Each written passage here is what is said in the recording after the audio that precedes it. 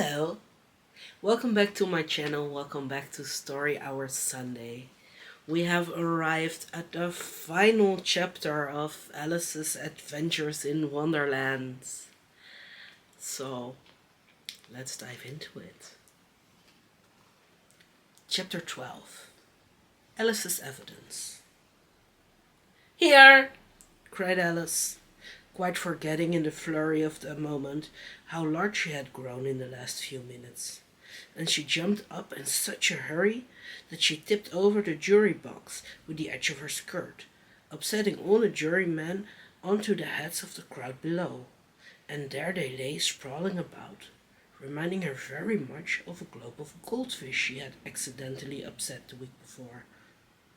"Oh, I beg your pardon," she exclaimed in a tone of great dismay, and began picking them up again as quietly as she could, for the accident of the goldfish kept running in her head, and she had a vague sort of idea that they must be collected at once and put back into the jury box, or they would die. "The trial cannot proceed," said the king in a very grave voice, "until all the jurymen are back in their proper places. All," he repeated with great emphasis, looking hard at Alice as he said so. Alice looked at the jury box and saw that, in her haste, she had put the lizard in head downwards, and the poor little thing was waving its tail about in a melancholy way, being quite unable to move.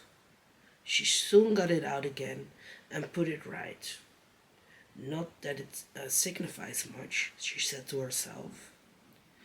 "I should think it would be quite as much use in a trial one way up as the other." As soon as the jury had a little recovered from the shock of being upset, and their slates and pencils had been found and handed back to them, they set to work very diligently to write out a history of the accident. All except the lizard, who seemed too much overcome to do anything but sit with its mouth open, gazing up into the roof of the court.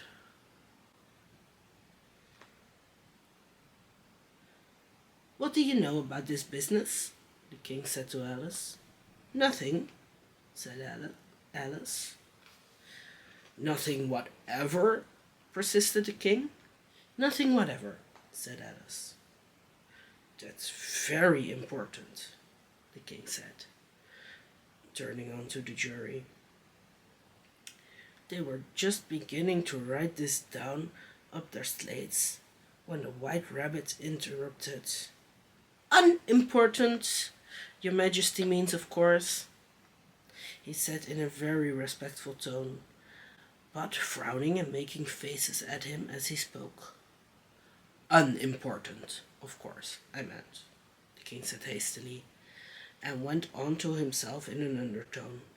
"Important, unimportant, unimportant, important," as if he were trying which word sounded best.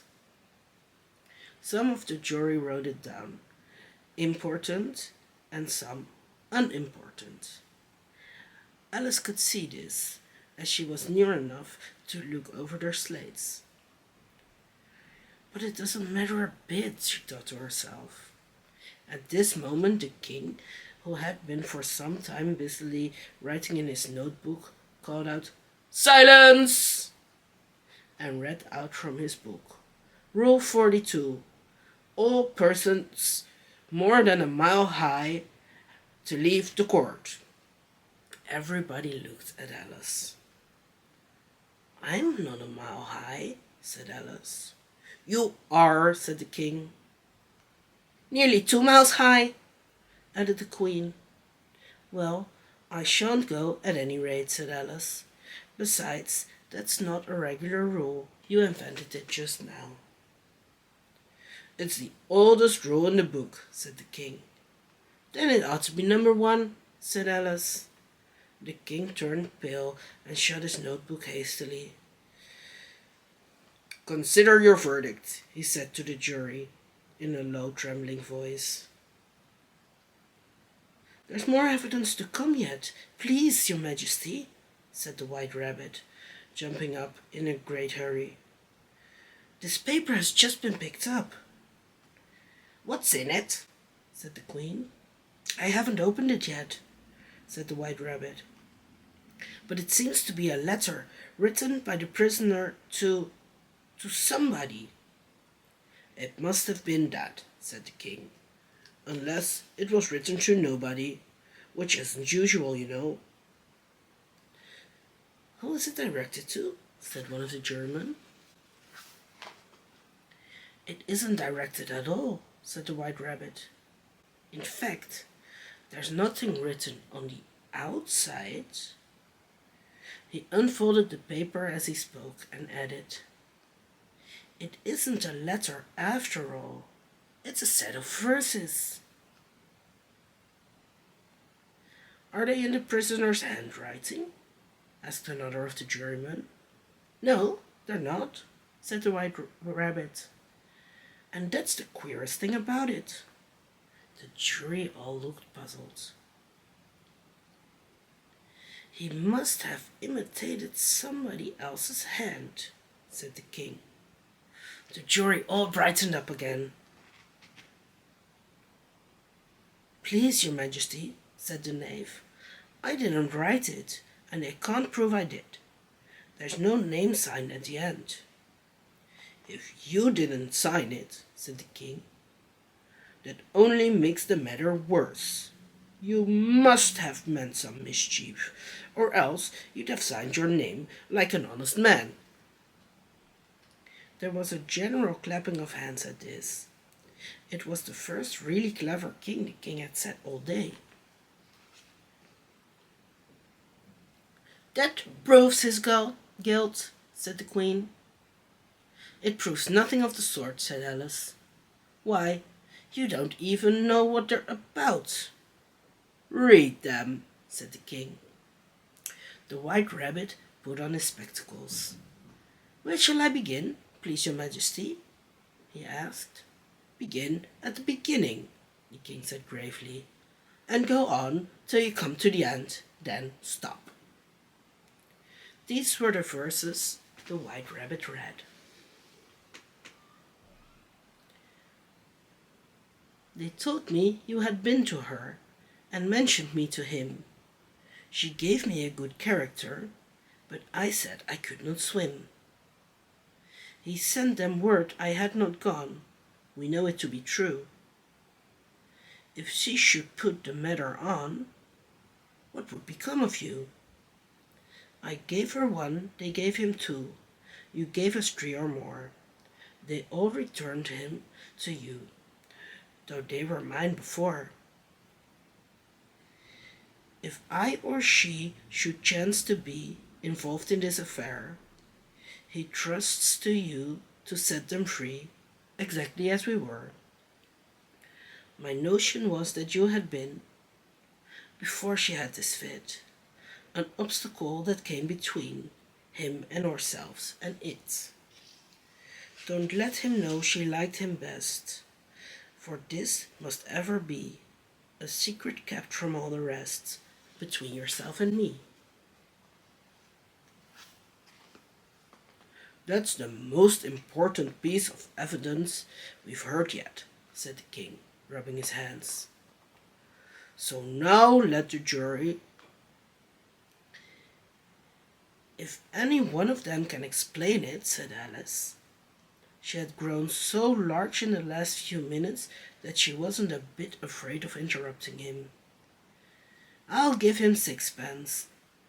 I don't believe there's an atom of meaning in it. The jury all wrote down on their slates, she doesn't believe there's an atom of meaning in it. But none of them attempted to explain the paper. If there's no meaning in it, said the King, that saves a world of trouble, you know, as we needn't try to find any.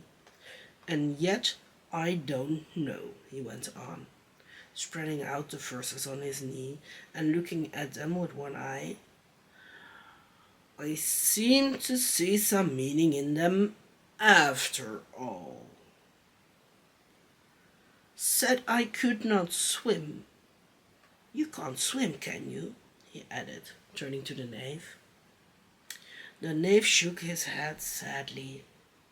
Do I look like it? He said, which he certainly did not, being made entirely of cardboard. All right, so far, said the king, and he went on muttering over the verses to himself. We know it to be true. That's the jury, of course. I gave her one, they gave him two. Why, that must be what he did with the tarts, you know. But it goes on. They all returned from him to you, said Alice. Why, there they are, said the king triumphantly, pointing to the tarts on the table. Nothing can be clearer than that. Then again, before she had this fit.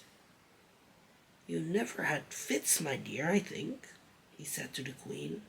Never, said the queen furiously, throwing an inkstand at the lizard as she spoke.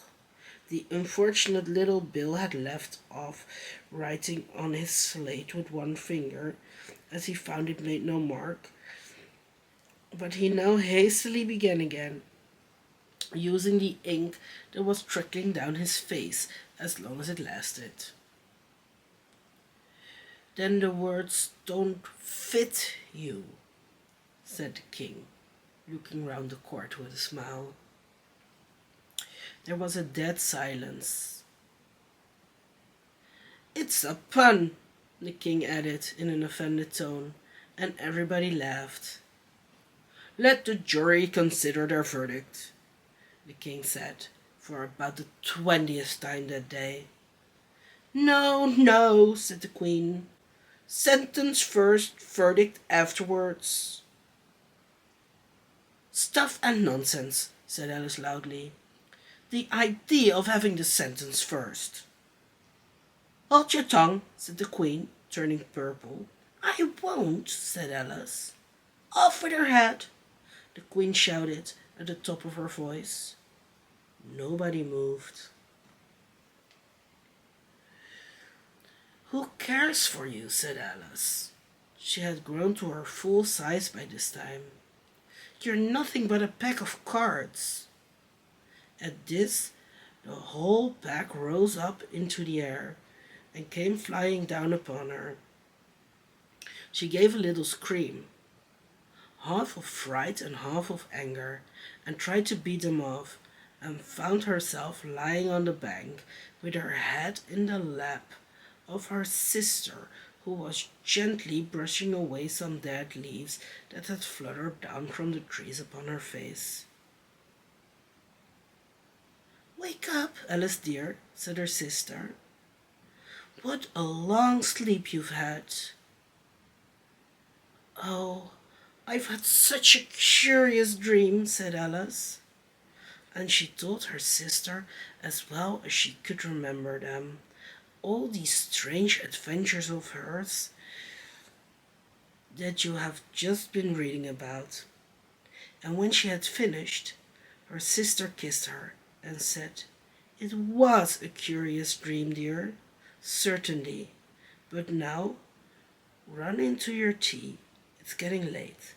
So Alice got up and ran off, thinking while she ran, as well as she might, what a wonderful dream it had been.